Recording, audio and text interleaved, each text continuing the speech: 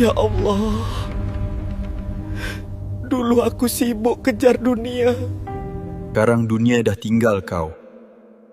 Cuma amal yang ikut. Mana duit aku? Mana semua yang aku simpan? Kau simpan semua, tapi tak sedekah. Sekarang semua simpan dosa. Aku nak solat. Bagi aku 1 rakaat je. Rakaat yang kau tinggal dulu dah tutup peluang kau sekarang. Aku cuma gurau je. Bukan niat nak jatuhkan orang. Aib yang kau buka dulu, hari ni jadi makanan cacing.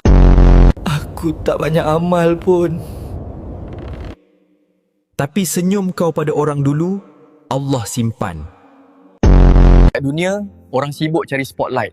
Dekat kubur, orang cuma nak setitik cahaya. Jangan tunggu baring baru nak faham hidup ni bukan untuk jadi terkenal, tapi untuk cukup bekal.